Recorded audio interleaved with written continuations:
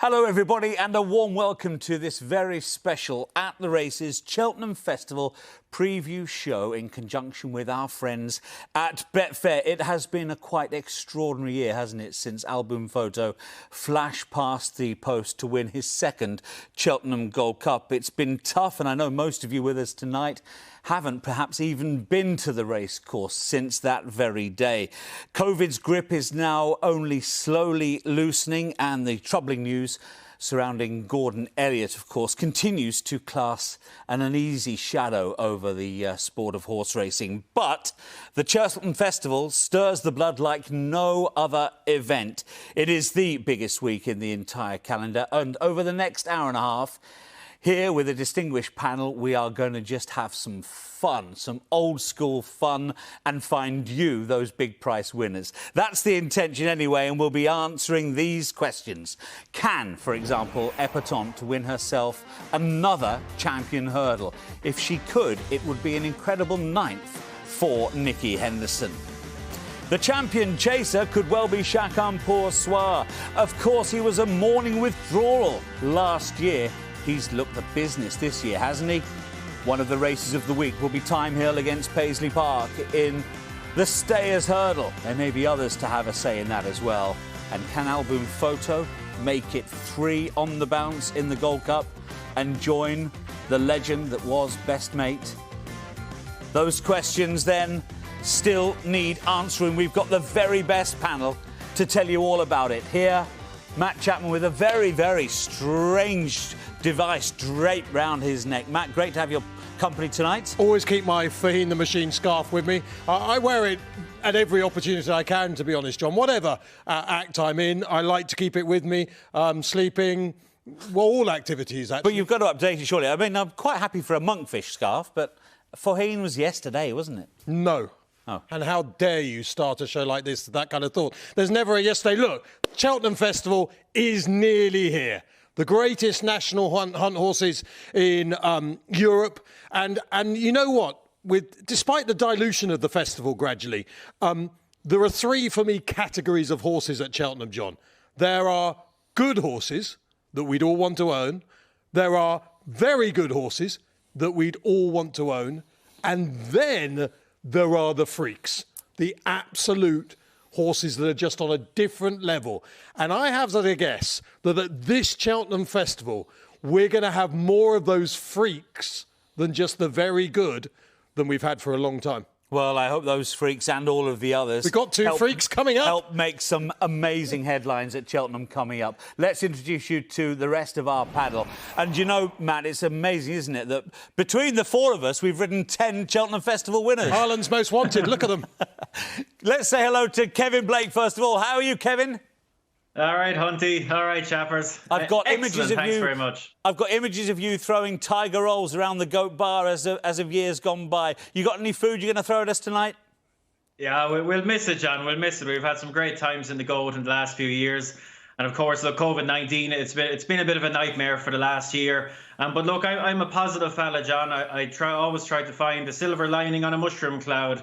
And on the bright side, I haven't had to meet Matt Chapman for almost a full year. So, you know, that's my bright side of this whole thing.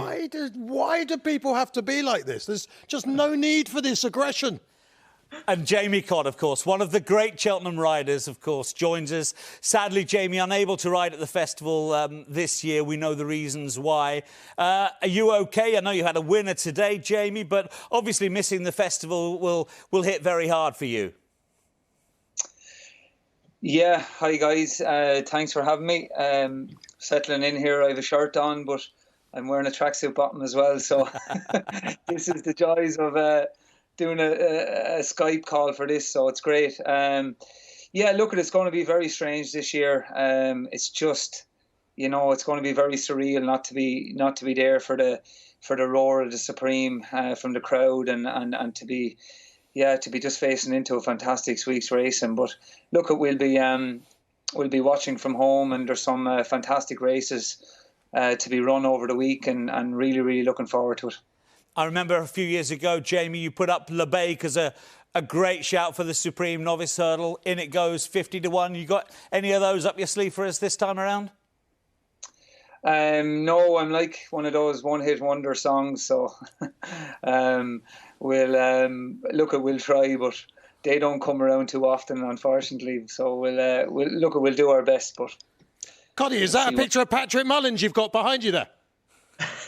No, that is Shane's Hill. Everyone has a picture of Patrick Mullins, don't they? All you amateurs? Yeah, well, I have to look at his backside enough times, so that's the way it is with me and Patrick. So no, that's Shane's Hill. Won a champion bumper on him in Punchestown for Willie. So he's close to my heart. And Kevin, we won't embarrass Jamie too much, but his rides on Cause of Causes were some of the best we ever saw, weren't they? Particularly that day he came from Swindon to win. Fantastic. Jamie's given us some fantastic memories over the years, and it'll be a real pity that the likes of Jamie and the other top amateurs won't be able to, and outside the top amateurs as well. The Cheltenham Festival is a big thing for all of us, but it's something that the amateur riders would be working towards all year. So it's a real pity, a sign of the exceptional times we're in. But hopefully it'll just be a 1 year break for the lads, and they'll be back at Prissbury Park this time next year. And Kevin, are you feeling confident about this year's festival in terms of finding winners?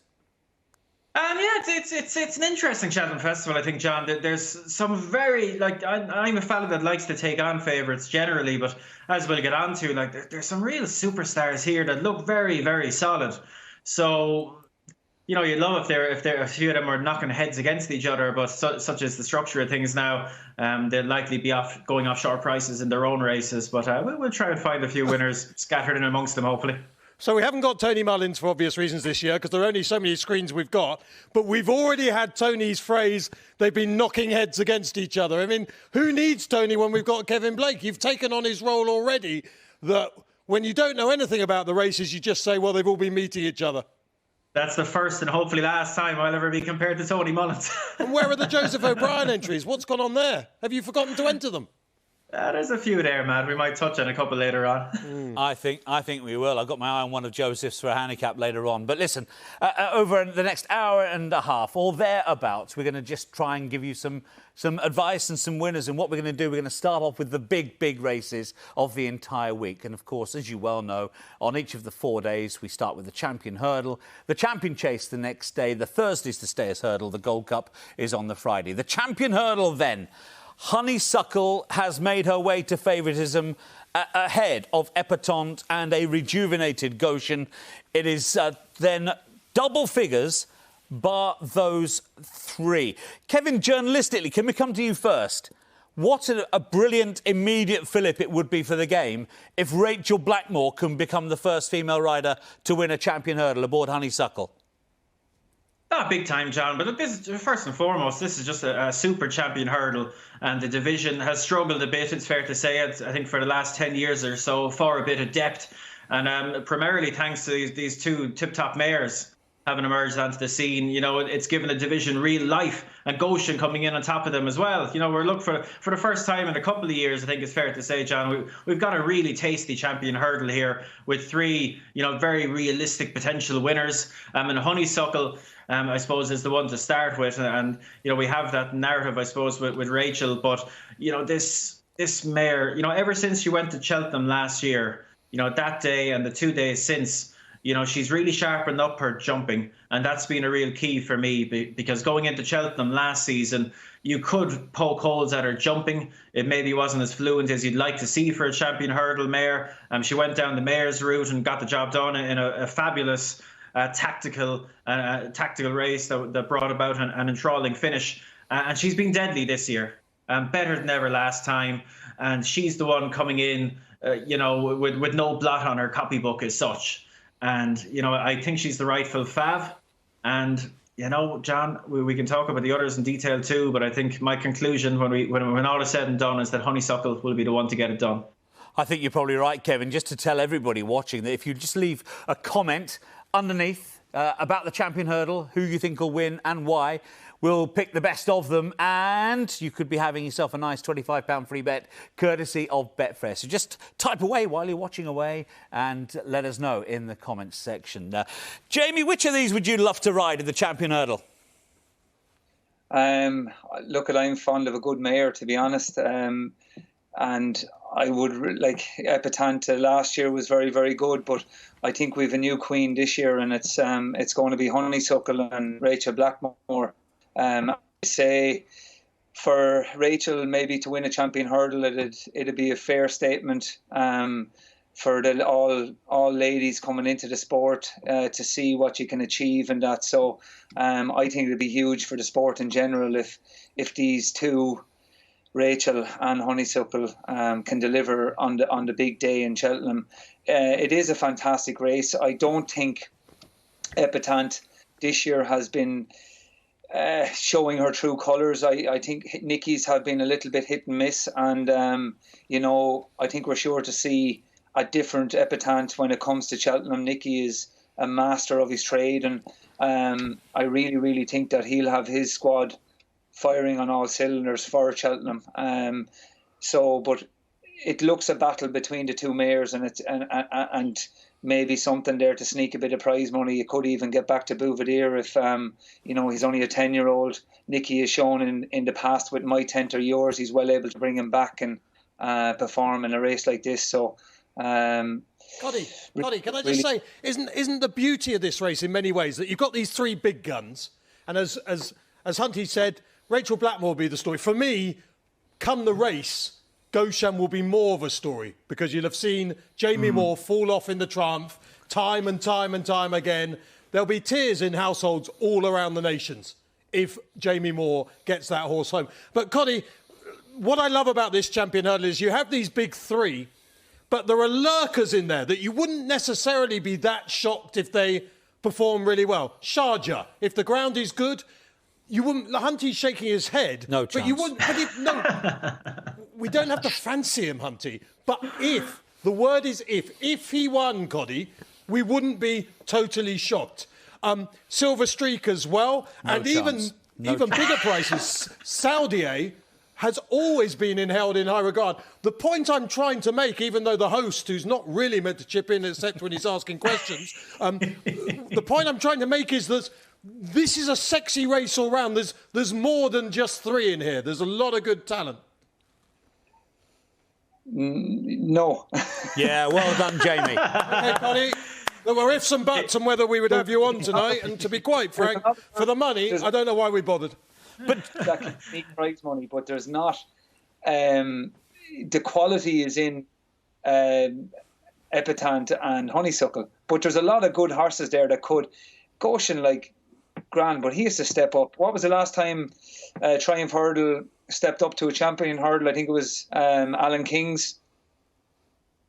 Catch it. Yeah. That's how long ago it's been since. Coddy, come on, man. This is no ordinary. This was a horse who was about to make All Mankind, who's going to be one of the leading fancies for the Arkle. He's got no chance either. He's got no choice, but we'll get to that later.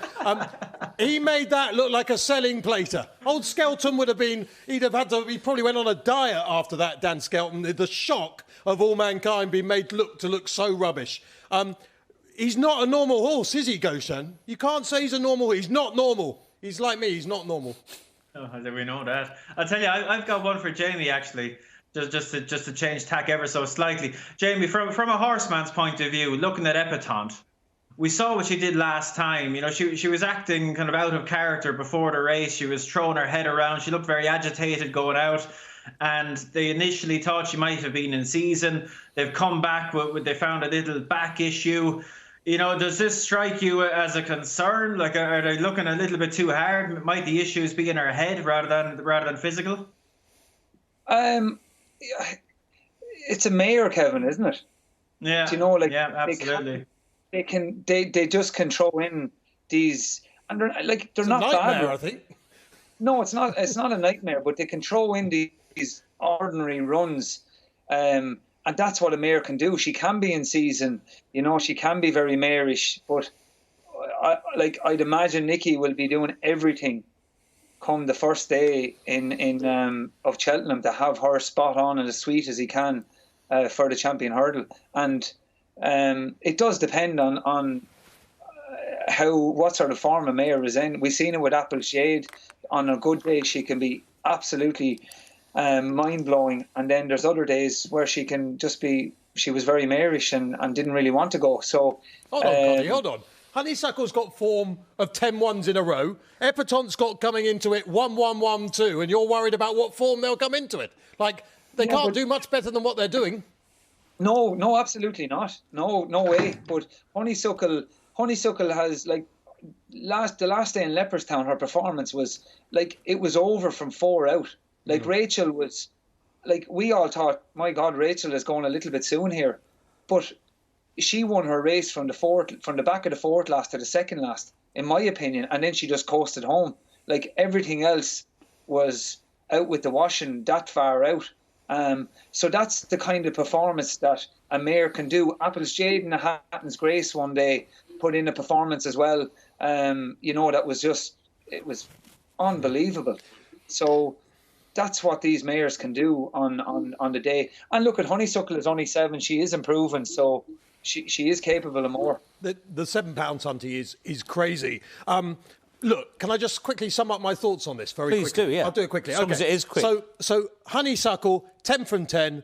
As a pundit, what can you say? I mean, she destroyed them last time. She's clearly very good. We know she can win. She could be that exceptional horse. Remember when I said good, very good, exceptional? She could be the exception.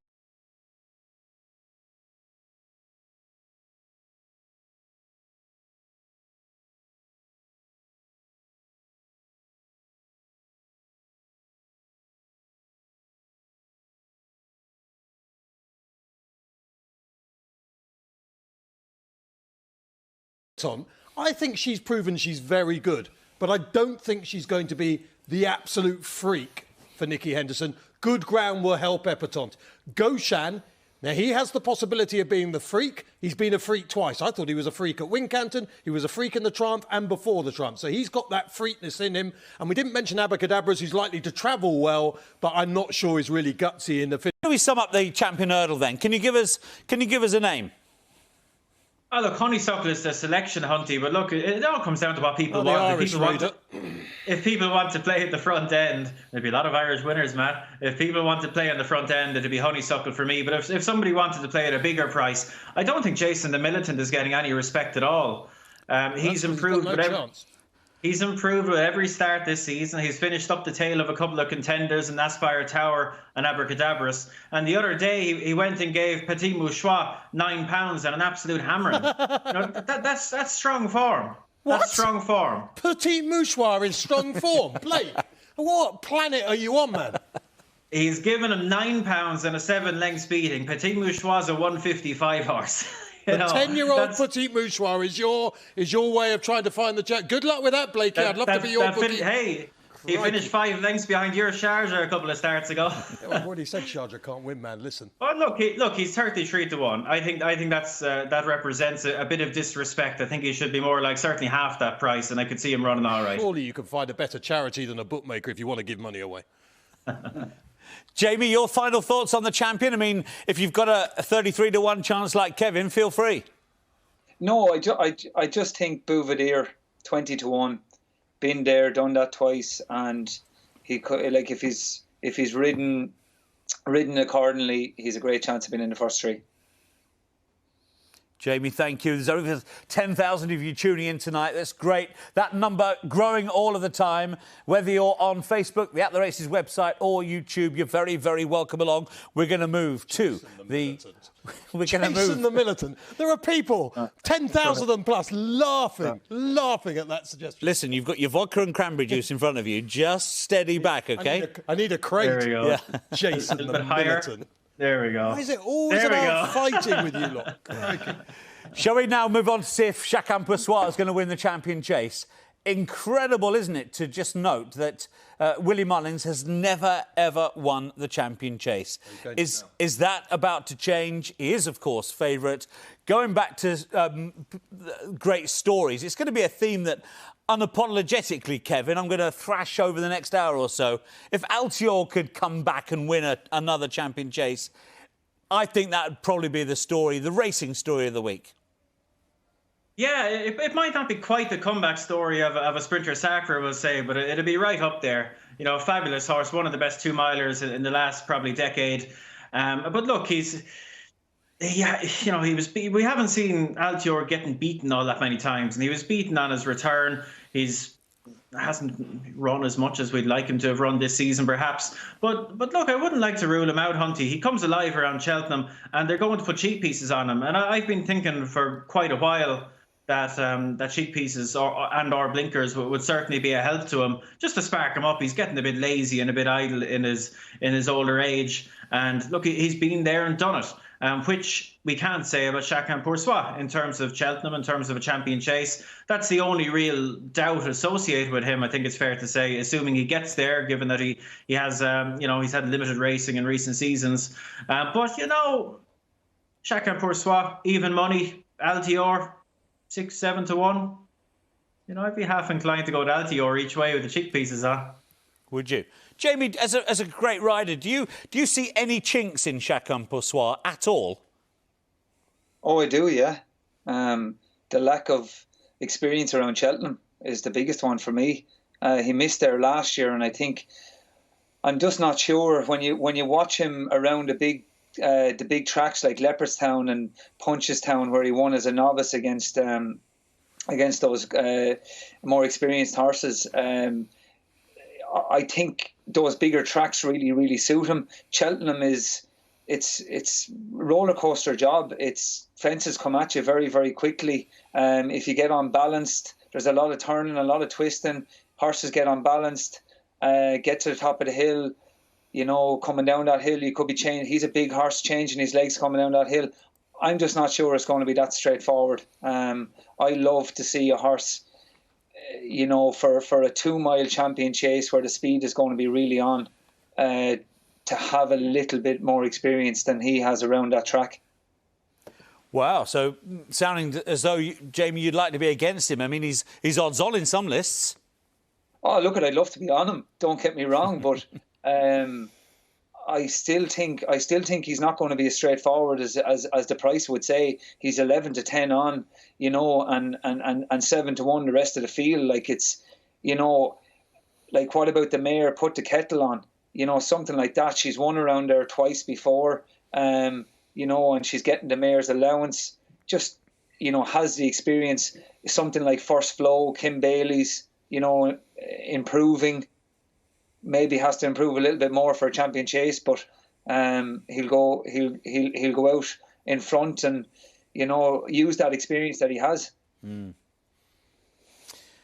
Matty, what do you reckon about the prospect of this short price Mullins machine? Well, I think the boys have hit a good point here, actually, which when you look at them is quite a surprise in many ways. But there are horses that you think will win, but you wouldn't necessarily back.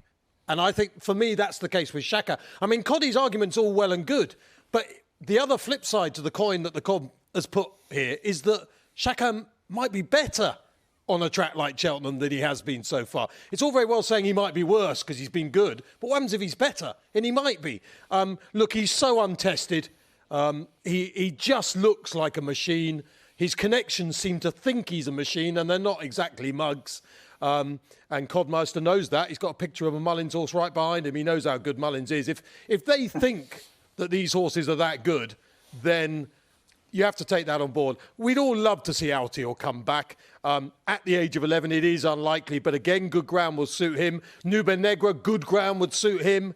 But no one in the world really thinks, apart from the Skeltons maybe, and I suspect they don't even really think it, that Nube Negra can win the champion chase if Chacun Poursuit turns up. I wouldn't be a bit surprised if Nube Negra went very close. How impressed you been with him, Kevin? Excuse me. Yeah, he was very good. Like, it was a career best last time. Look, I don't know if the champion chase will play to his strengths as much as the setup did last time. But look, when horses are on the improve, it's and their last run has been their best. How do you know he's improved? Just because he beat Altior, you're saying he's improved? I think so. Well, that's nonsense, isn't it? It's not nonsense at all. Well, you don't know. How do you know Altior ran any sort of race? How do we know any of these things, Matt? There's a number of different ways you can go about assessing these things. You're just clutching at straws. Your friend, the official handicapper, put him up a stone for that performance, so he certainly thinks he's improved a good bit. Don't tell O'Leary. But look, crikey. it'll be a very different setup in the Champion Chase. And while I'd never like to put a ceiling on a horse that's just seemingly shown that much improvement on their last start, I think a faster 2 miles might be his thing more so than a Champion Chase type setup. Let's go along the line then with the Champion Chase. Jamie, you can have first dibs this time. I'd love to see Kim Bailey win it. First flow, yeah? Yeah.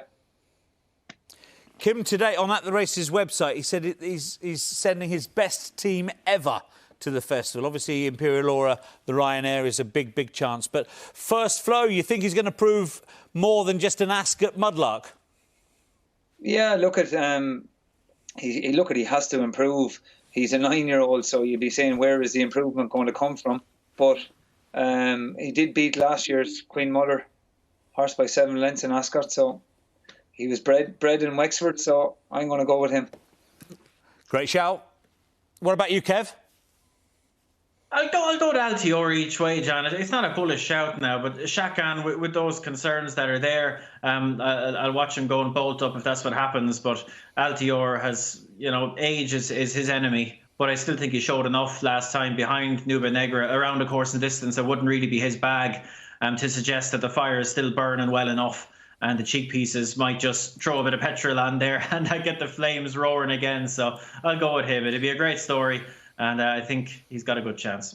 And I think we're off the same hymn sheet with this, Matt, I think. Shakan? I think he's just going to prove himself a total class part. Well, look, we've got to just quickly mention it. Would be rude not to. And Nichols, you know how aggressive Nichols gets if he gets upset. We haven't mentioned the Champion Chaser. And it is the Champion Chase, Politologue, but he fits into that very good category. He's a very good horse. We'd all love to own him, but he shouldn't be winning a Champion Chase. And he did, because he won the world's worst Champion Chase ever 12 months ago. But we love Politologue. Don't anyone get me wrong, particularly the former champion trainer, because he's a lovely horse, Politologue. Lovely grey, beautiful coat on a lovely tail. We love Politologue. But he's not good enough. He's not a freak. He's just a good horse, very good horse. Righto, there we are, Champion Chase. On the Wednesday of the festival, the Thursday, of course, is all about the stayers. We've already seen the two at the top of the market go at each other this year. Talking, of course, about Paisley Park and Time Hill. They head the market as well. Roxana in there for Dan Skelton on the At The Races website. Latest bulletin leaning towards the mare's race. Sire de Burlay. Champ obviously has other plans when it comes to the Gold Cup.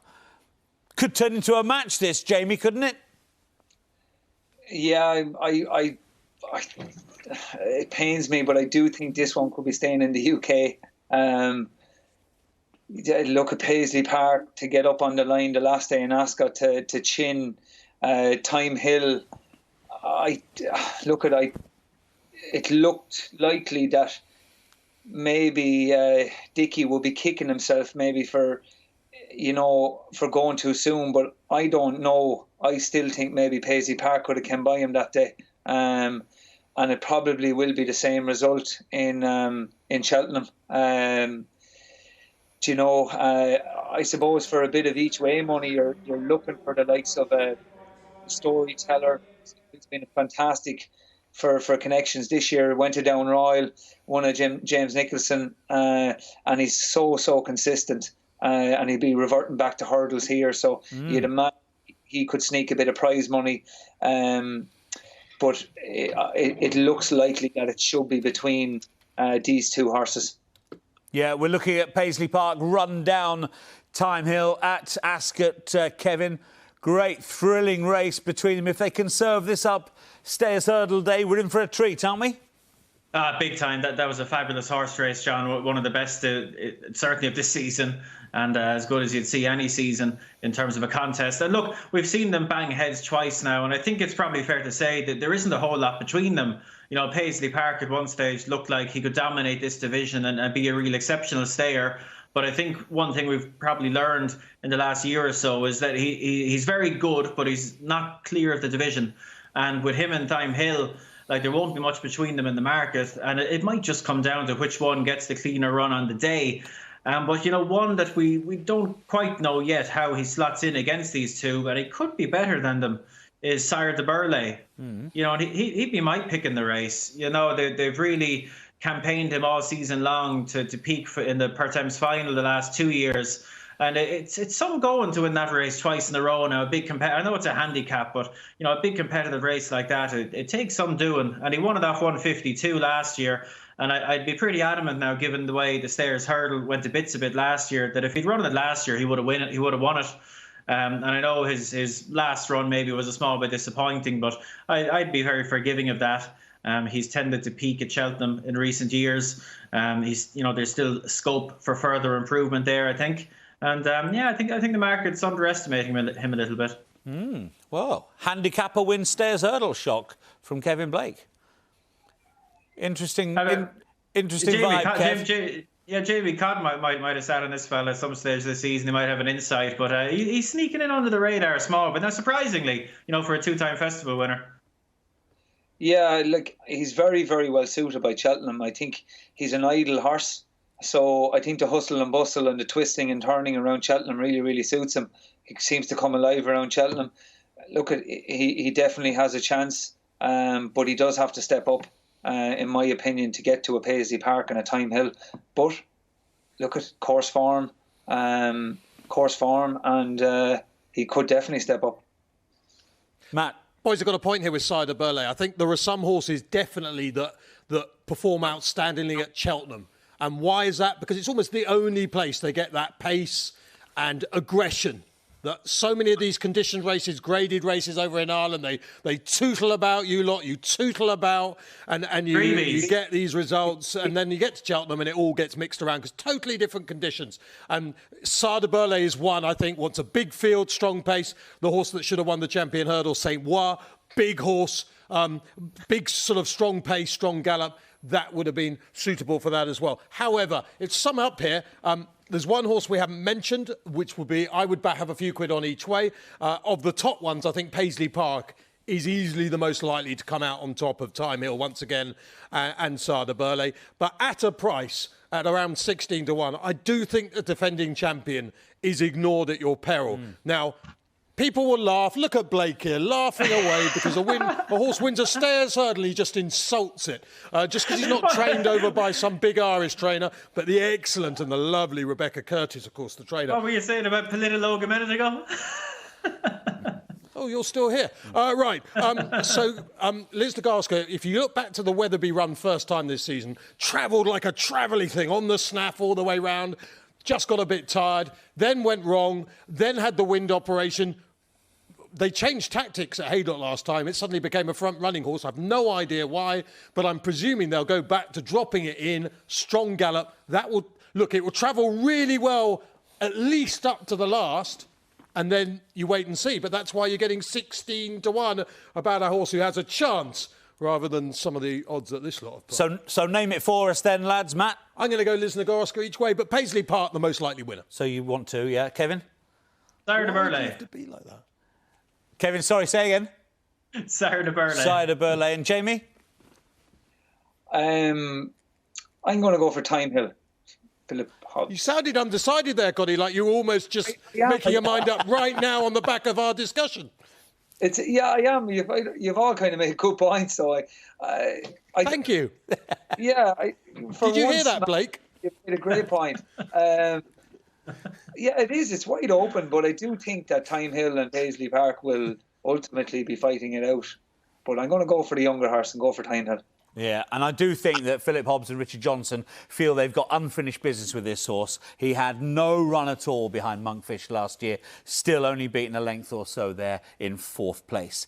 Let's steam on then to the week's feature. Friday afternoon's Cheltenham Gold Cup, album photo, bidding to write a little bit of history for himself. 3 Gold Cups. Simon Holt might be screaming that out again after what he did with Best Made a few years ago. Were you having a pop at a commentator? I was indeed. When you copied... hold on. Hang on, Matt. When you copied Tomo's commentary, what did McCoy win at Plumpton? The 3,000th, and you copied his commentary for the 4,000th. That's right. I waited 7 years to repeat the line. That's unbelievable. You've had a pop. Simon, if you're watching, can I just say I thought that was a great commentary. I cannot believe one of your colleagues has had such a go. Our Plutard's going to be ridden by Rachel Blackmore. That's what they've said today from Henry de Bromhead's yard. Jack Kennedy likely to ride Manila Endo. Jamie, you've got obviously it's the creme de la creme. Where are you going to start this year's Gold Cup appraisal? Oh, Album Photo all day long. He's a dual Gold Cup winner. I love to see good horses. I know we don't see him too often, but when we see him, he seems to win. And I would love to see this horse emulate Best Mate and win 3 Gold Cups. I really would. I think it'd be a hell of a training performance.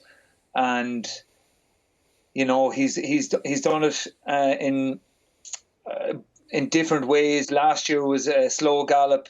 Paul was able to dictate and then kick at the right time, and he just held on. Whereas the year before, they went a bit stronger, good pace. And so he's done it both ways. Look, he is a year older, same prep, went to Tremor, done what he had to do there. And look at all guns a-blazing. But I would really, really love to see Album Photo win the Gold Cup again. Kevin, over to you.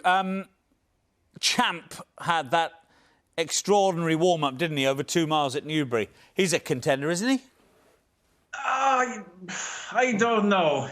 Oh. He probably is, Hunty. Like I have a love-hate relationship with this horse. The viewers don't want to know this wishy-washy. He probably is. Is he a contender or not?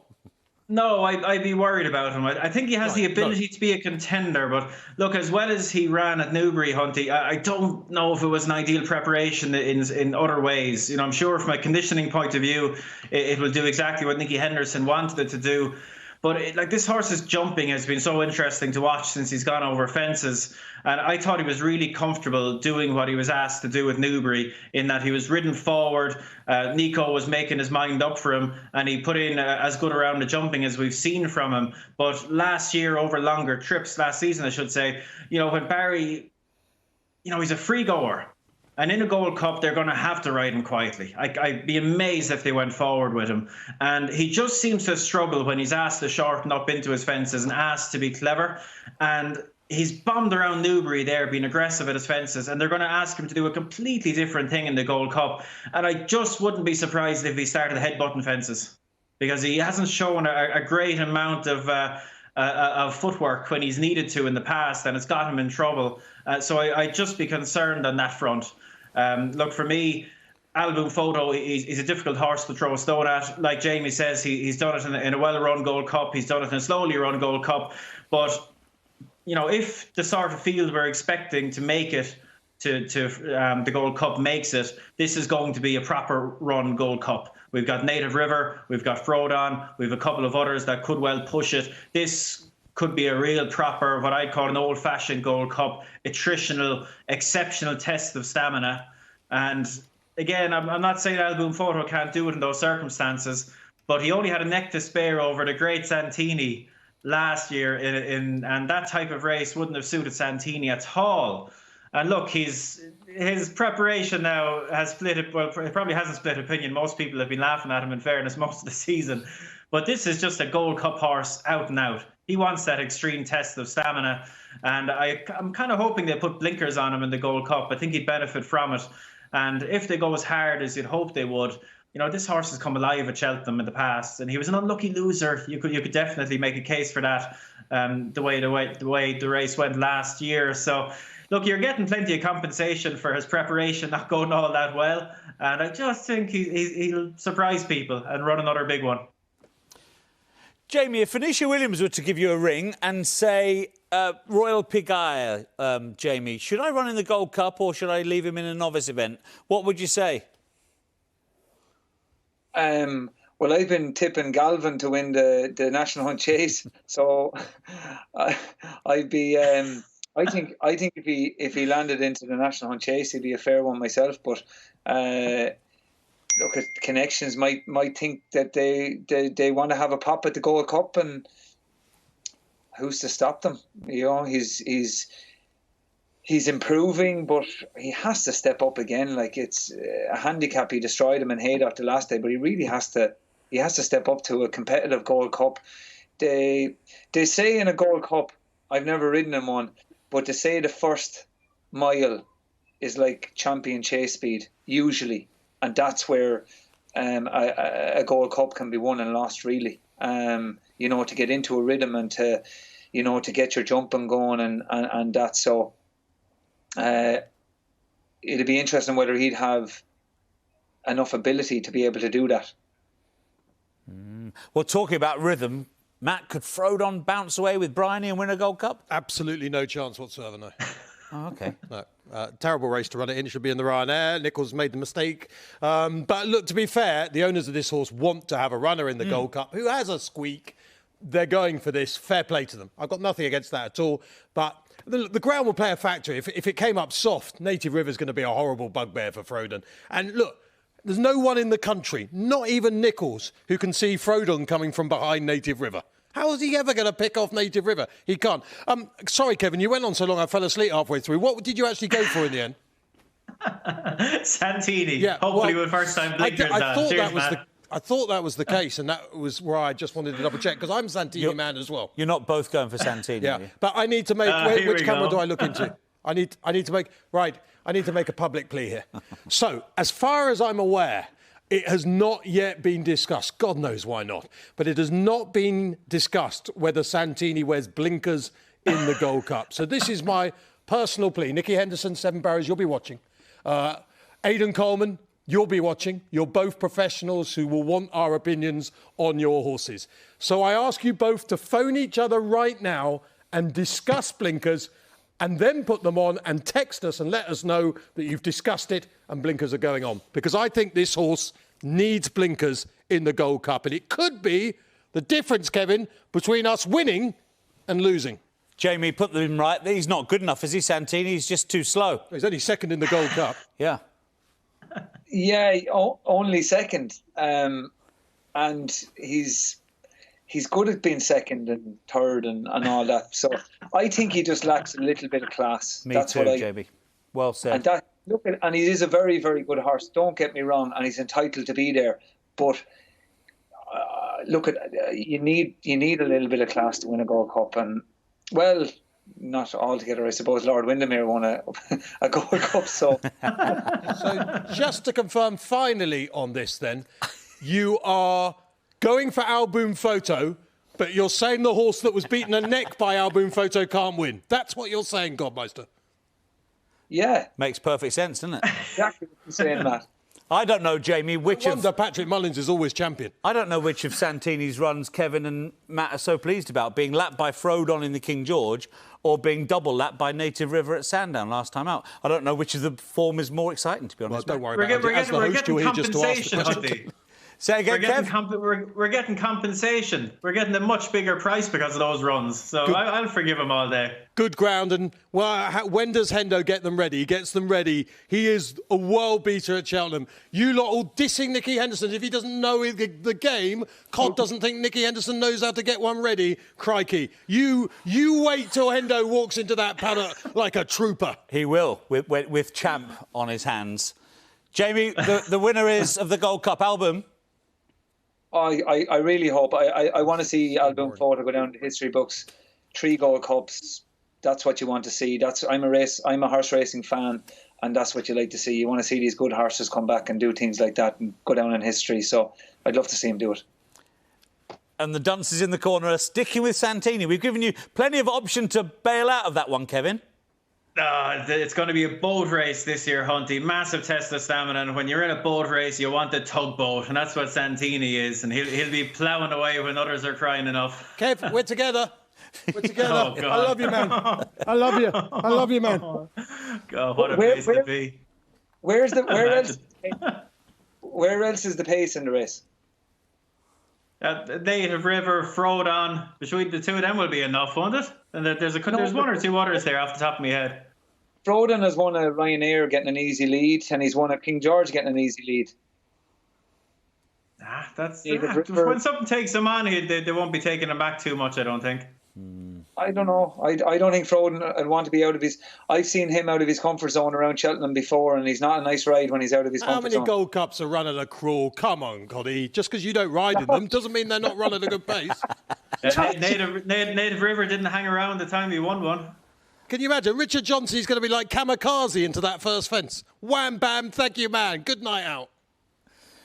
We can't shake you off Santini, Matt, can we? Absolutely not. But as long as Henderson and Coleman are listening. Are you, boys?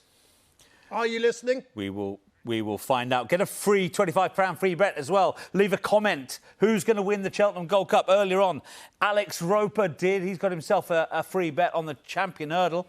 Give us your idea of the Cheltenham Gold Cup winner, and you could be in Clover as well.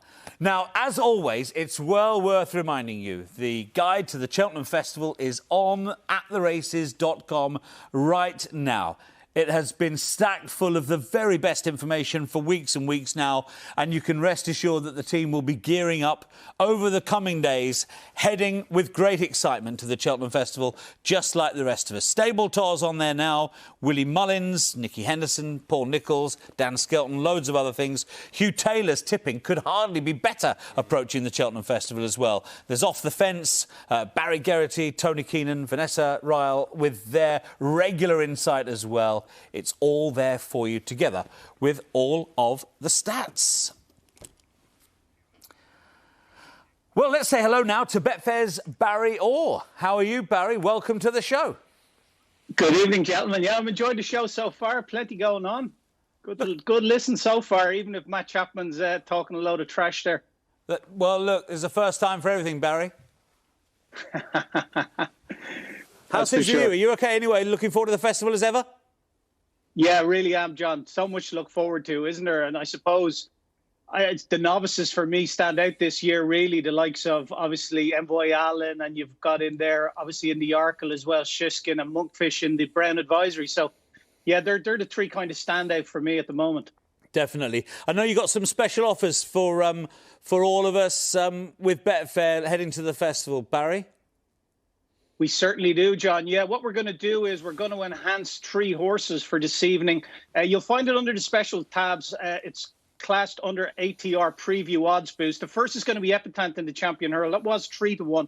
We're going to odds boost her out to 4-1. Then in the Champion Bumper, Kilcruit was 7-4 favourite. We odds boost that out to 2-1. And then finally in the Gold Cup, Alboom Photo was 5-2. We've now pushed him out to 7-2 to win. So that's under the specials tab, ATR Preview Odds Boost. You'll find them there. That's tremendous. Thanks very much indeed for that, Barry. Can you bring us up to date, though, with the biggest movers over the last few days right across the festival? Well, over the last few days, probably the biggest has been Tritonic, John. Obviously, in the Triumph Hurdle was as big. We introduced him at 8-1 after he won in Ascot. And then, obviously, he won there on Saturday when he really slammed Casalupe again in the Adonis, and he was cut into 5-1.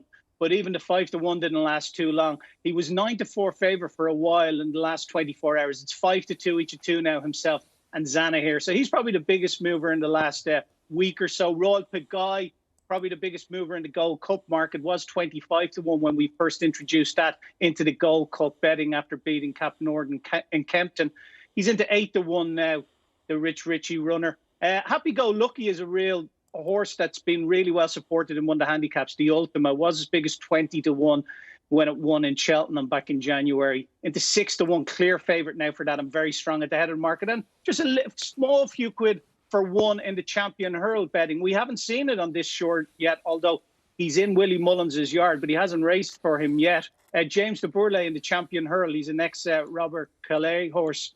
And he runs in the double green. Like I say, we haven't seen him run yet, but he's had plenty of experience in France. Small few quid knocking around for him on the sportsbook was 33-1 into 20-1. But that market dominated by the 2 mares. And then over on the sportsbook, like I said, or over on the exchange, John, like I said, the Arkle betting, very strong Seskin. Around the even money mark now, I think there's been around £220,000 traded in that market on the exchange, 134 of it, or 62% of the money bet in that market has been on Seskin. In the Marsh, then Envoy Allen, 78% of the £175,000 match in that race has been on Envoy Allen.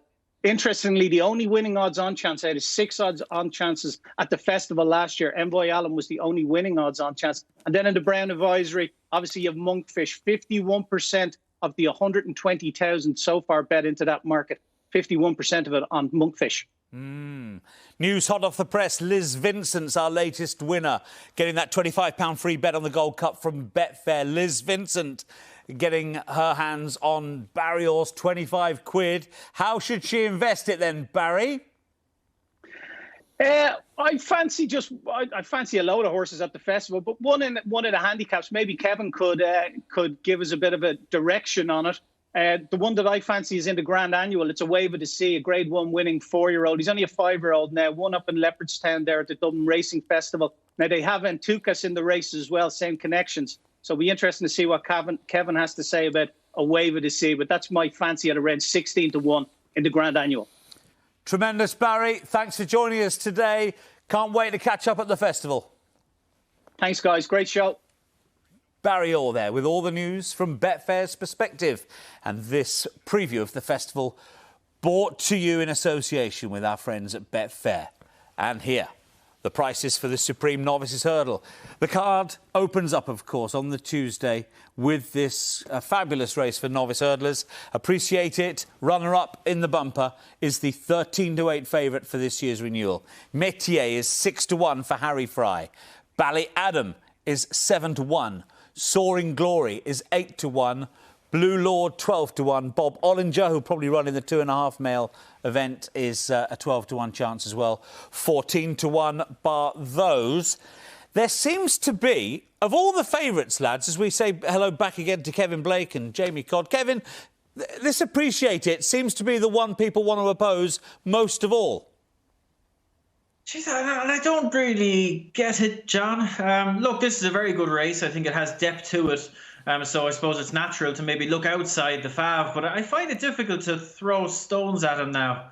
Like, his bumper form was top class. And, you know, what has he done wrong over hurdles? He mightn't always knock your eye out visually, I suppose. But he's just very straightforward and solid. You know, he'll be given a handy ride. He jumps good and solid. He travels. You know, pace isn't really a question for him. Handling the track isn't really a question for him. I think whichever way the ground comes up, he's probably going to be fine, though he might prefer it a little bit softer, I suppose, if you gave him the choice. Look, he's the standard setter, and he's a very good horse. I suppose the only thing you'd have an issue with, maybe, is his price. Jamie, do you feel I know he won his Grade 1 last time, but did he jump well enough? I know Willie Mullins pointed to down the back there that he wasn't necessarily razor sharp. No, look at it. I'd have to agree with a lot what Kevin says there. Like, he is the standard bearer for this race. You know, his bumper form from last year has been good, and he's carried that through to his hurdle career this year. But there is a few bits and pieces there in behind. Like, Ballyadam is going to appreciate nicer ground, and he's going to step up. I think his jumping was a little bit better the last day, and I feel that Jack probably, when he came in, he felt the race could have went a fraction better for him. And I'd say with a better spin around, he could have got closer to Appreciate It. Mistake at the last as well. So he's there. And also Blue Lord comes into the equation as well. You know, so Darryl Jacob will be riding Blue Lord this time. But they all have to step up to Appreciate's level. You know, and I'm a big fan of Harry Fry's horse, Métier. You know, he's a 149 rated horse.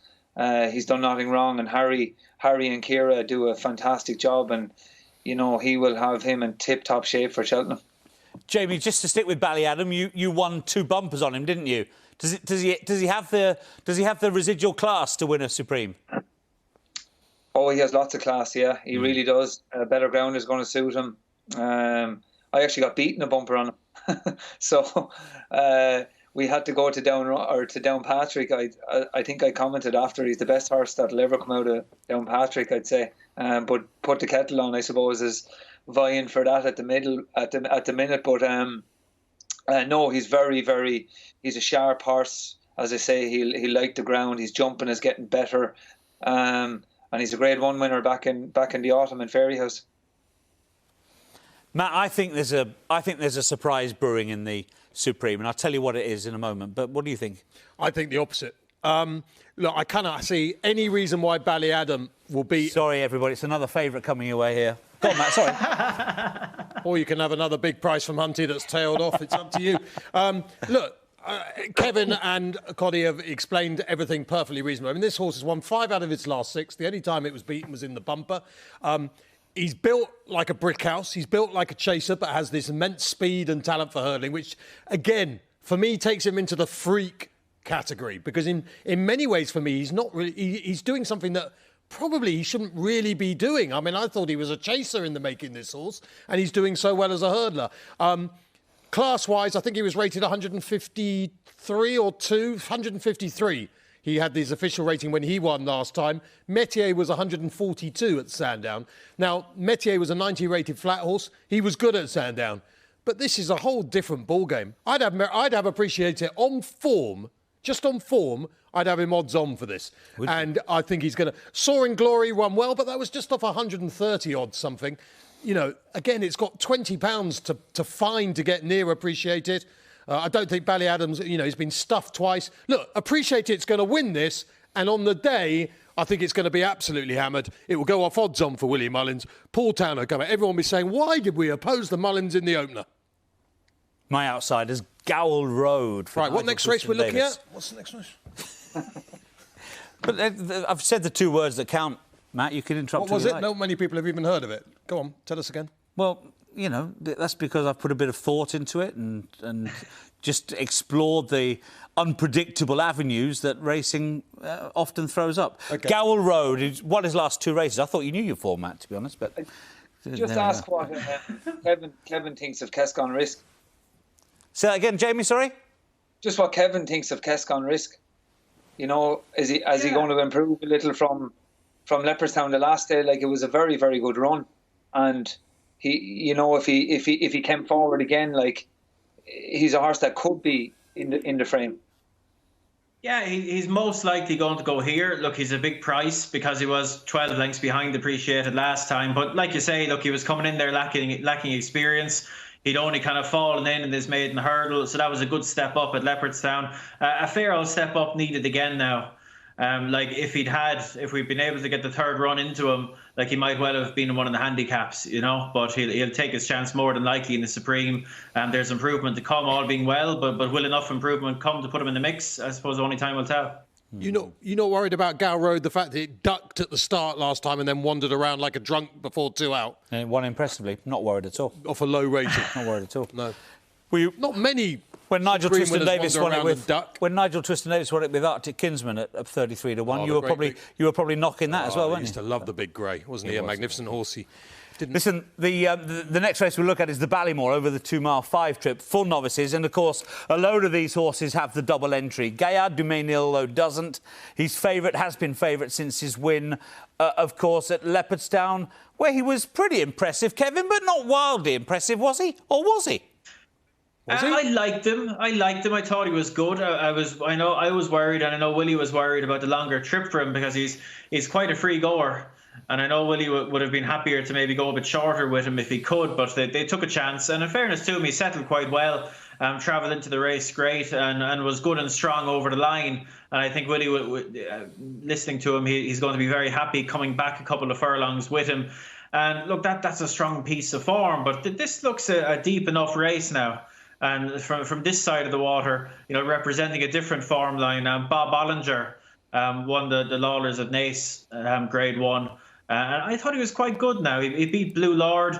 I hadn't been, you know, he'd been a very sharp price in his maiden hurdle and he had to make his own running. And I don't think he was all that happy doing it, but he seemed much happier getting a lead at Naas. And his jumping was sharper. And he just put the race to bed very quickly. Look, probably Gaillard du Mesnil has more depth to his form at the minute, but it's not Bob Bollinger's fault that he hasn't met a real good one yet. And just at the prices now, I think I'd nearly favour Bob Bollinger.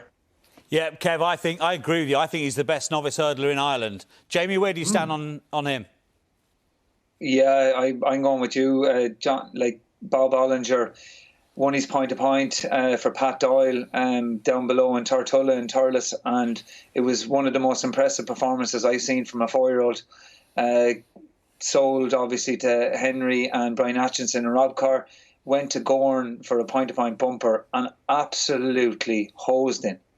And this year, I've been very, very impressed with him. The maiden hurdle form with Fernie Hollow from Gorn, he stepped up to his maiden hurdle, won that, and then into the Lawlers at Naas in January. He's followed the Envoy Allen route, and I think this lad is a God-given certainty for Cheltenham. He's very, very good. Yeah, boy, yeah. Wow, that's one of the strongest lines of the night so far, Jamie. You think that much more of him? It's harsh, yeah. Wowie, that's a big, big vote for Bob Ollinger. Give the British defence, Matt, a shout, would you? Like Metier, we've touched upon, Brave Man's Game, both from high-profile yards, Harry Fry and Paul Nicholls. Could it possibly be that Nicky Martin with Bear Grylls has got the best British chance here? Well, unbeaten in 4 starts, but on ratings has a good £20-25 to improve. Now, look, it's not impossible. It's great to have a small stable like that in with a chance, but it's a leap of faith to a certain extent, not because Nicky Martin trains it, but just because it's got a lot to find on ratings at the moment. I'm happy to take on Bob Ollinger because these Irish horses that have shown this immense ability in heavy ground, soft ground,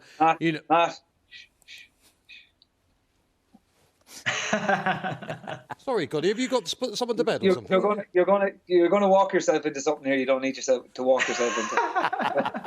He's trying to do you a favour, Matt. You're talking when you should be listening, Chapman.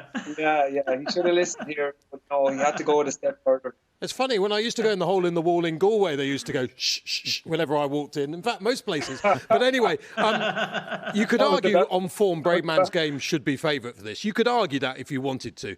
And I think this horse will be good on good ground. And if Paul Nicholls is any type of judge at all, if he's got any ability, Nicholls, then this has to be a good horse. It'd be good fun. John Dance, good lad, part of the ownership of this horse. I'm going to go Brave Man's Game because I'm worried about the ground for the Irish Raiders. Cod can whistle and do whatever he likes. But anyway, he'll be siphoned off into a corner of the racecourse anyway. He won't be anywhere near me. Well, you might run well, Matt, but you're going to finish second. I think Bob Ollinger all the way, lads, don't you think? There you go. More confident. Yeah. Much more confident now than I was when I walked in. Let's step up. Listen, the clock's ticking. Hope you're enjoying it. Wherever you're watching here on, be awful if time stopped. On YouTube, on attheraces.com, or, of course, on Facebook. Time's whizzing by. Do leave a comment, and who knows, there's all sorts of free bets coming your way. We're going to look at the Albert Bartlett Novice Hurdle very briefly now, over 3 miles, because I've always thought this is the bit of the poor relation in terms of the novice hurdlers. Maybe that's because we had a few surprise results, Kev, but I struggle with this race, I don't mind admitting. Yeah, it shouldn't exist, should it? They should just have to run in the Ballymore if they want to run in the beyond 2 miles. But that's another matter for another day. Look, it can often turn into a slog. Look at long-term weather forecasts. I think we're probably going to get half decent ground, aren't we?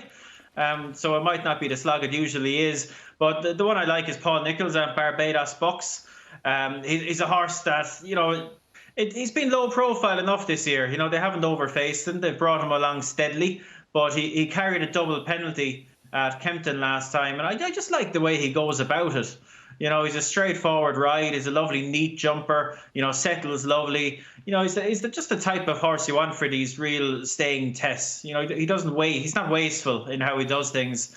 And because he hasn't gone into graded company and knocked heads with the big lads, he's probably under the radar. But Nicholls has put him away since the beginning of January with a view to this race. He looks to have the tools for it, and he'll be my selection. Jamie, you've ridden Fakira and Farouk Delen before in public. What sort of horses are these? Fakir is improving. He seems to be, I think that this test of stamina around Cheltenham is really going to stand him in good stead. He seems to be every day, his last furlong seems to be his best. He seems to be staying and staying and staying. So, Cheltenham is going to bring out an improvement in him. I would say he'll handle a bit of nicer ground and he has enough experience for this race as well. He's good and hardy for it. Farouk Delaine is he's a very good horse. He won 2 bumpers. I suppose the last day in Limerick at Christmas, it was very, very heavy ground and it turned into an awful slog. And it's probably taken him a little bit longer to get over that. So going to Cheltenham, that race might just leave a bit of a scar on him. But it's hard to see where he fits in this kind of company. Not sure whether he's out and out stayer. I think he might be better over kind of a 2.5, 2.5 trip. But he'll probably run in this because they think he probably needs this. But time will tell, I suppose. But I actually agree with Kevin. I think this is Paul Nicholls' probably best chance of a winner of the week. I love his pedigree, the big bucks pedigree. Stays well, hasn't been put into big company yet, as Kevin said, and he'll be coming in here a fresh horse. And I think this at 8-1, I honestly do. I think it's Paul's best probably chance of a winner. Wow, that's Barbados Bucks then. Twice a Southwell winner. Not for me. Not for me, but our Irish friends have gone for it. Good luck to them. Yeah. Sometimes on Cheltenham Preview Night, someone says something and you just can't, in normal circumstances, you just sit on the panel, you look at them as if they're crazy. You can't do that in this. But so you're saying the Albert Bartlett is no good? The race that's produced Monkfish, Latest Expedition, Tyne Hill and Fury Road from last year. And the last horse home in the Albert Bartlett last year is going to win the Ultima this time around. And you're saying it's no good, yeah? I am, yeah, I stand Okay, that's fine. That's fine. Were you saying Monkfish is a world beater when he scraped home last year in that race? Yeah. You were you? Yeah, I was. Okay. Yeah. You can prove that. Yeah, well, you need to. I know you're on the radio with your little headphones doing your 5 minutes of thing, but you should watch the telly, okay? Right, Alaphilippe, Fergal O'Brien. It's about time that Fergal O'Brien banged in a really big winner at the Cheltenham Festival. This horse stepped up to 3 miles last time at Haydock and absolutely hacked up. All its form over point-to-points, and it ran in a load of point-to-points over 3 miles. I think Paddy Brennan is going to get Alaphilippe home here at a price, and I like him each way. OK, lovely. And that'd be great. Fergal, only a matter of time before he knocks in that festival win, isn't it? And hopefully it'll be this year. Exciting stuff. Let's stick with the youngsters, the Triumph Hurdle, the opening race on day 4, Tritonic. We've already heard from Barry Orr. He's been well back this week, 5-2 with Zanair. French Assil 5-1, Quixilios 6, Adagio 12-1. David Pipe reported today as saying that's his best chance of the week and probably one of the strongest races of the week. I'm a huge Tritonic fan. I'm out there with him. But where do you go, guys? Kevin, you can have first go this time. Yeah, nice renewal of this race now, Hunty. Looking forward to it. Tritonic, very impressive the other day. Does he jump well enough? I was hoping to see a little bit more improvement in his jumping from first start to second the other day, and I don't know if I saw it. He was obviously impressive in the end now, but I don't know. I'd be slightly concerned. And I'll tell you, what I really want to hear now is Jamie's thoughts on Gordon's two, because you'd really like the both of them, and I'm hoping to get some encouragement because at the prices, I'd nearly take the chance on Quilixios. I've been very impressed with him, and he really put away what I think is a nice horse in St. Sam with a fair bit of disdain last time under a quieter ride, which seemed to suit him. So I'd be fascinated to hear what Jamie thinks of those two and their relative merits. Yeah, like they're probably two horses that you're going to see a lot more of, Kevin. They have a bit of size and scope, so you'd imagine down the line that they're going to jump a fence. So they have that kind of attribute maybe going forward. I really like the look of Quilixios. He's very, very straightforward. He jumps really well. He obviously missed Leopardstown at Christmas.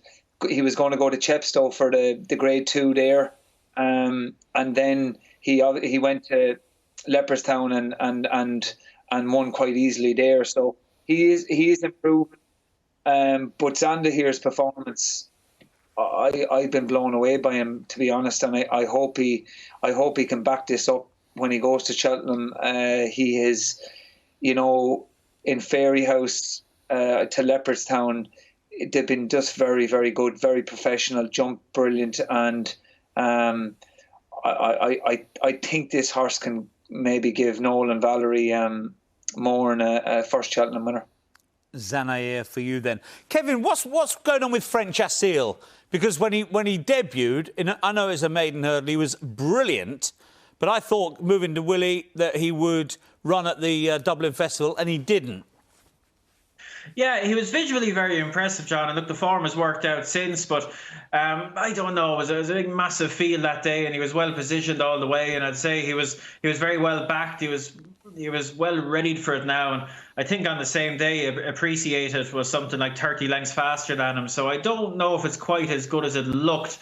And he joined Willie after that, and he considered running him in the spring juvenile, but I think he concluded that he didn't want to run him so soon after joining him. He felt he was good and professional at Leopardstown. But look, it's a big old ask now what he's been asked to do. And he wouldn't be for me now. He'd need to be a right horse, I think, to go and win this. And I just don't know if that performance was as good as it looked visually. You're quite sweet Tritonic, Matt, aren't you? I love Tritonic. I thought the moment it crossed the line, Kempton the other day, I thought that's just, I don't even care what the others are. I don't really care. This just wins. Well, address Kevin's point about his jumping being not that fluent. I disagree totally. Do you? Yeah. Okay. He's watching a different race. He was good down the back, was he, at Kempton?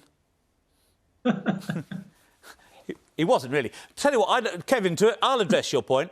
I think that Triumph Hurdle course, you know that there's one hurdle, the second last is miles away, isn't it, from the finish?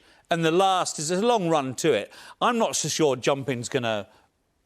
indifferent jumping's going to be costly.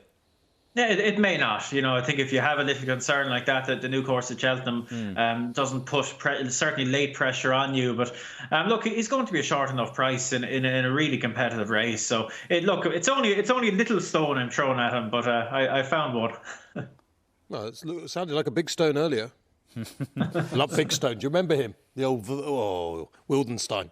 Used to love that horse. Good horse, moderate sire, wasn't he? Yeah. We slightly gone off. We have. Well, you took us off slightly off that, so that's your fault, isn't it? Jamie, Zanair for you then? Yeah, look, I'd love to see this horse win, just for connections and just for connections now and the way things are going. So this will be a big boost for everybody. Kevin? Oh, it's Quilixias for me, John. And we're two Tritonics to go with your double gin and tonics there, Matty. That's such a good line, Andy. It was good, wasn't it? Yeah. Honestly, any people will think we prepared this. The clash of the whole meeting, maybe Shishkin against Energumene. Let's talk about that. Throw in All Mankind if you like. You're taking a short price about Shishkin, what might turn out to be a great price about Energumene, 9-4, 16-1 bar the three of them. Jamie, two crackerjack horses here, aren't they? Oh yeah, this is going to be class. I'm really, really looking forward to this. Two exceptional novices. Energumene, the last day in Sorry, Cuddy, Leopardstown. could you just say that again? Just one more time. We've only got 10 minutes left, Jamie. Energumene, the last day in Leopardstown. The what? We're going to put this on the bloopers, honestly. This will go out. This will go out so many times. Cuddy, this is going to make you famous around the world, honestly. Yeah, so Energumene has been. Can I go over that side, Kevin? I don't think we need the two of us to do the job. No, Energumene has been. I thought his performance the last day in Leopardstown was just really, really good. Horse that's going to really take to Cheltenham jumping and looks like he should handle the track the way he'll be ridden in that. So. It's interesting. Patrick said to me, Energumene actually means in a battle in France, they used to send these people off in front in a battle. So like they were basically sent off to their death. So this lad is probably going to go off in front in the Arkle and die on the sword, as the man says. It's going to be a great spectacle. One of the week's highlights, Kevin. Oh, yeah, proper horse race, this one, John. Won't need a bet to make this exciting. And look, Energumene, very impressive so far. I do have a couple of stones to throw at him. What he's been doing it off uncontested leads. And you couldn't help but notice him just adjusting out to his right at his fences the last 2 days. And look here, he's almost certainly going to have All Mankind for company. A different type of track. Cheltenham, you really don't want to start going out to your right in a race as good as this. So loved him so far, but just for this specific race, I'd have those two concerns. And I know I'll leave the main act to Chapman here, because I know he's very sweet on him, but Shishkin has no concerns on any front, really. He's been excellent this season. And he's my selection, but I'll hand it over to Chapman, because I know he's got a bit of a soliloquy on Shishkin for us, I suspect. Well, should we put some music to this, Matt? Go on, is it going to be that good? Yeah. I feel like we're Faheen again. Look, this is the most talented horse, in my opinion, the most talented British trained horse running at the Cheltenham Festival in a couple of weeks' time. Remember, his defeat of Abracadabras was extraordinary. Because Abracadabras is a good horse when he travels, but also because of all the trouble he got into the race. To win with the trouble the Supreme he did was extraordinary. He jumps fences as if they don't exist. He's got the running style of Altior in that he's basically a horse who is a nigh on 2.5 miler who has this great pace for 2 miles. It's just fantastic that Willie Mullins is putting in this pacemaker for him and he's going to gobble him up. I have absolutely no doubt that Shishkin will win the Arkle. No doubt whatsoever. And he has to be the number one bet anyone has at Cheltenham 2021 because he's that freak, that rare freak of horse who's just, I don't care how good Energamine is, he'll never be as good as Shishkin. OK, Matt, emphatic for Shishkin in the Arkle. From arguably the best British horse running at the Cheltenham Festival, Jamie, we'll come to you for a chat about Envoy Allen in the Marsh, of course, because you've ridden him to victory at Cheltenham. Can you just explain, for those of us who know nothing at all about what it's like to ride a superstar horse, what is it like?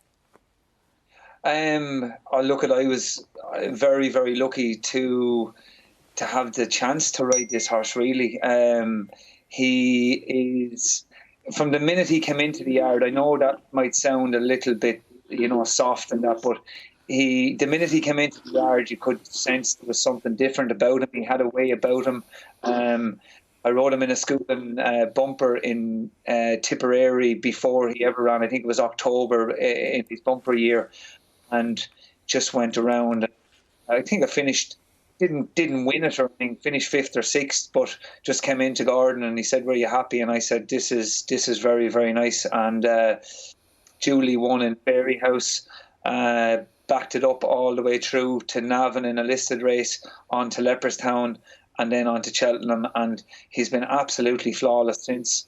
His jumping for me is just so good. He came from the Colombo Academy, but he's just such a natural jumper. I don't think I've seen him make a mistake yet over a hurdle or a fence. His eyes are on the fence or the hurdle. He's impeccable, and it was a joy to have anything to do with him, to be honest. He's going to win, Jamie, isn't he? That's a great tribute you've paid to him. Yeah, look at you'd like to think so. I hope for the horse's sake, and we all do. In Gordon's, that he goes on and hopefully fulfills what we thought he could be. It was heartbreaking the other day seeing the likes of Envoy Allen leave. Shanine, that looks after him, is absolutely heartbroken. It's literally like a death in the family. But we do wish him well. But it is going to be a big ask to change stables and then turn up. So he's literally gone to Henry's, and then he's going to have to get on a boat and go to Cheltenham. It's not an ideal preparation. But look at. All we can do is say is that he was exceptional leaving us, And obviously, Jamie, if I can just stick with you and just to elaborate that point slightly, obviously he's a short price favourite. People will be viewing him as a banker. Is he the sort of horse mentally who would cope with all the toings and froings of the last week or so? How do you know? How do you know? There's so much going on that you don't know what way a horse is going to be affected. Usually I would say when a horse comes from the sales, So if it wins its point to point or wins its bumper for somebody, and it comes to Gordon's, for instance, I'd find it very, very hard for us to run it 2 or 3 weeks later. I know they're younger horses and they mightn't have the mind, but you know, we don't know until they run. That's going to be the problem for all of these people that have backed these horses at short prices to run in Cheltenham. Just a word of caution. We're going to move on to our selections, Matt. You don't fancy him? I didn't think he was impressive at Punchestown last time. I really didn't. I didn't think he was as good as everyone is suggesting he was. And I think on good ground, Chantry House, who was third to Shishkin in the Supreme, remember, he's not a bad horse. Mm. I think he's a good each-way bet against the favourite. I didn't think he looked as good last time. Well, it's selections time, fellas, as our evening draws to an end. Kevin, we're going to start with you, because I know excitedly at the races, the social media team flagged up that you're going to nap a horse that's around 33 to 1. So we're going to come to you first. Well, I knew I was going to be on with Jamie Codd, and his reputation comes before with LeBake. So I said I had to have a bit of a crack at one at a big price. And this mare, Paul Nolan's Mrs. Milner, is a 33 to 1 shot generally for the Pertemps final. And I think there's a good case to be made for her, Hunty. She went over to Cheltenham in November and ran an absolute belter, albeit on the old course, finishing second to on the blind side. Came from notably further back than the first and the third that day. It was a super run. Her stamina was unproven. They probably rode her to get the trip, and then she was hitting the line really well. They went to Leopardstown then for the Pertemps qualifier, and they rode her very differently. They had her right up in the van the whole way, and she was just a bit too free, and she hit the front like the winner and just got a little bit tired late on. Finished fourth, qualified for this, and then dropped in trip for the good mare's handicap at Leopardstown and fell and took a hard enough fall now, but it was an uncharacteristic fall because she's a slick jumper. And I just have a sneaky suspicion now Paul Nolan's been thinking about this race for a while, and returning to a slightly quieter ride, a sounder surface will be in her favour, I think. I think there's a lot to like about her now, Hunty, and she's the right price. She's 33 to 1. She's an intended runner, I believe. And hopefully she'll give us a great run for her money. Great. You've talked about Barbados Bucks as your each-way selection. So just a quick line on why Kilcrut's the lay of the meeting. I found it hard to find a fav that I really wanted to take on, but he's the one. I don't necessarily think that the substance matches up with the visual impression last time, and I do really like Sir Gerhard against him. So he's going to be a sharp price because he was visually so good, but I'll take him on. And for all those, Jamie, who are hanging on the LeBake tip from all those years ago, we need your nap of the week. Can't wait for this. My nap of the week. He was my best ride of the week, and that was Galvin in the National Hunt Chase. Second season novice, has the experience there last year. He was second in a handicap there last year. Kind of goes along the same, the run as last year with Ravenshill. Rathfinden won at Cause of Causes, my old favourite Cause of Causes, won the second season novice. So he was one that I was really, really looking forward to, and definitely he was my best ride of the week. So Galvin, you're against Shishkin strongly by the looks of that lay then, Jamie. Yeah, sure. Look, you have to kind of take on something, I suppose, and it's a pity you have to take on him. But yeah, look, I really like Energumene. I really, really like him, and I suppose when you like something, you have to. There's another horse in the race, so the two of them are there. But yeah, I'm going to take on Shishkin in that. What was your each way again, Jamie? Remind us of that one. I think Bouvier in the Champion Hurdle at 21 is a cracking each way bet for people. He's been there twice before. He had a prep run this year already, and I think if when we're looking at what could possibly finish in the first three, he's been there, done it, and he could possibly come back. Jamie, fascinating stuff. Thank you for that. Matt, over to you then to give all of your thousands and millions of fans the best festival ever. Why do you continue this for an hour and a half? Well, no, because it's aggression. I said thousands first, and I realised I was understating it. So, I tell you what, it's great that amateurs can't ride at the moment because presumably that means they can bet. I'm going to become Coddy's bookmaker. I think. Well, we can take each other on. Let's go through some proper sections. Obviously, Blake didn't quite understand the meaning of a nap. Shishkin will win, of course, the Arkle with anyone who's got any sense. I think Roxana is going to take a world of beating in the mares. The Lay, obviously, is the horse that Shishkin will beat and thrash in Ergamine. Santini each way in the Gold Cup. I like Ultima, Lieutenant Rocco for Nick Mitchell. I think Weld's Coltor has a great each way chance, although Weld's not great at the festival in the Poodles. Easyland, absolute certainty, I think, in the cross country. I think it's too bigger odds. And also, finally, in the Kim Muir, Le Brule, given a terrible ride in the race last year, £6 down now. Presumably they were even thinking about this year with a proper jockey on top, should have a good chance. I thought that was Le Breuil who won that rather than Le Brule, but... He didn't win it, did he? He was about 18th. To be fair to Coddy, it wasn't his fault. But it's a quirky horse, Le Breuil, but he's just the kind of horse to run into a place. Might just ask Jamie and Kevin about any handicap views they've got coming up as the programme draws to an end. For what it's worth, and probably not worth very much at all, here's my three as well. My nap's going to be Tritonic in the Triumph Hurdle. I'm with Kevin with Kilcrut, the Lay. I just think... you know when they say if something looks too good to be true, it probably isn't? That's my saying anyway. What? Say that again. So I'm against him there. And Charlie Longsdon's not had a festival winner yet. It's probably fanciful to think that Snow Leopardess can win the 3 mile 6 novice chase. But with the fillies allowance, she's so tough. She's got great form. She's won in France. She's had a couple of years off with injury, Matt. She's had a baby. Snow Leopardess is a superstar. Like she should be watching from home. She's probably entered the competition tonight, hasn't she? But I think she'll run very well indeed in that. A handicapper maybe to follow at Jamie, Kevin. Jamie, what do you think? A handicapper to keep an eye on, maybe? In your own time, Jamie. You said Jamie, Kevin, yeah, OK. Sorry, yeah, it's been a long night, Jamie. I was in... the other day, and Brian Cooper is very, very sweet on Glorious Soft. Glorious Soft. Red Winter. Yeah, that's a little one of Diva Racing's, isn't it? Glorious Soft. It won first time out, and it's used to be Charlie Hills on the flat. OK. Yeah, he wanted the flat. He wanted Dundalk the last day. Yeah, that's right. What about like John Hunt's never even heard of it?